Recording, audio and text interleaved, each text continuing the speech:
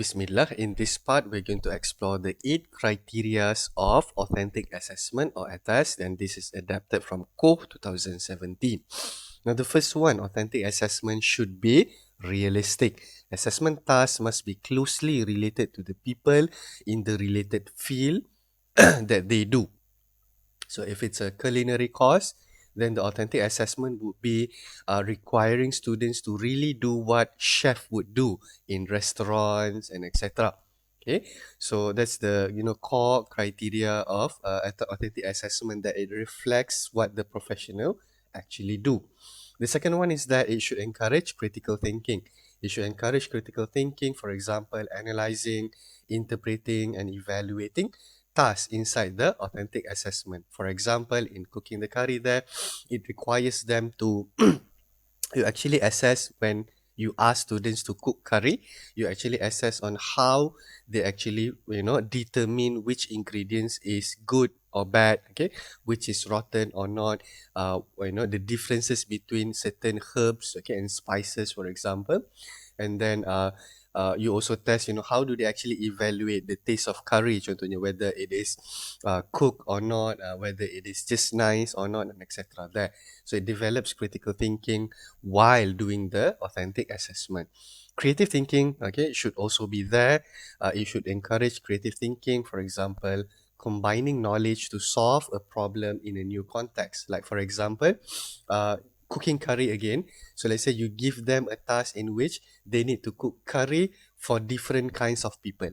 Okay, so the Indian curry and the Malay curry might have a different kind of taste on the way to do it there. So they need to be creative on what kind of ingredient that they need to change or include in order to solve the context given. Let's say they need to cook a curry for a let's say, for example, a person who's suffering from high cholesterol, right? So they need to know what kind of things that they need to change in the ingredient, for example, there. So that should the task should encourage those kind of thinking as well.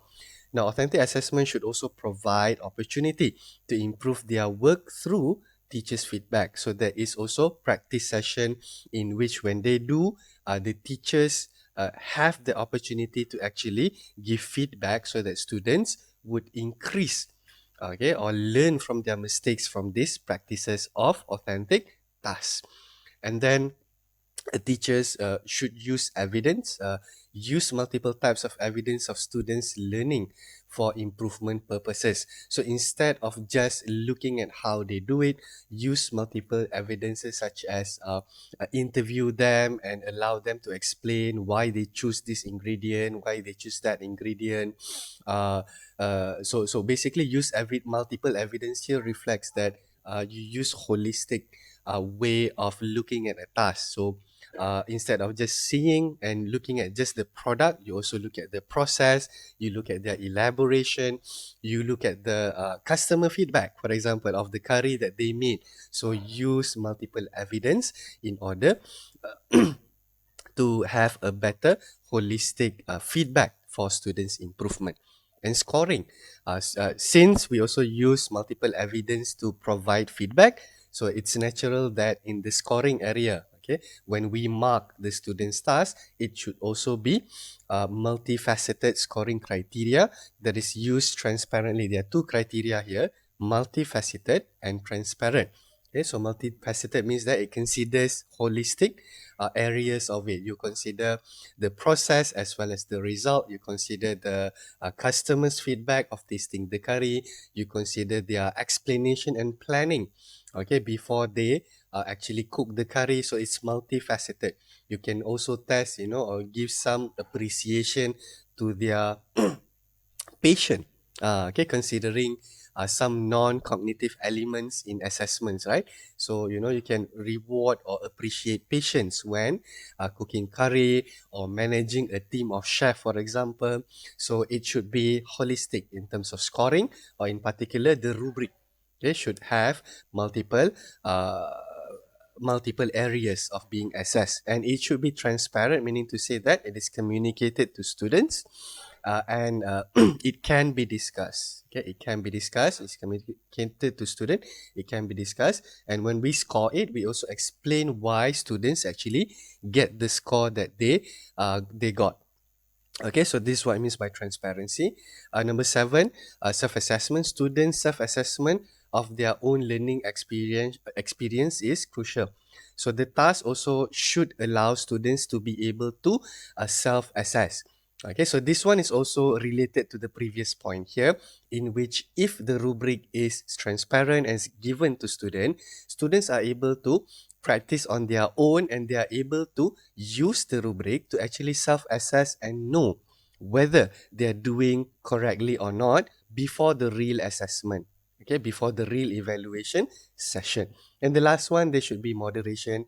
Teachers' evaluation of students' work should be moderated. Especially if there are multiple teachers teaching the same course, then the result, okay, should also be moderated. So there shouldn't be teacher A rated the same curry, one same curry by student X, okay, let's say 5 star, and then suddenly another teacher who tasted the same curry suddenly rated 1 star. Okay, that should not be the case. Okay, so okay, there should be a discussion, okay, and an agreement of the standard of what determines a curry that is 5 star and a curry that is 4 star. There should be a discussion among teachers and evaluators so that the result can be moderate. Okay, moderate means, okay, some lecturers are not too strict and some lecturers are not too lenient. So they should come to an agreement, a standard of how a curry is evaluated, and then so that it increases the reliability or inter-rater reliability of the particular scoring rubric or assessment. So these are the 8 criteria of authentic assessment to make it an effective one.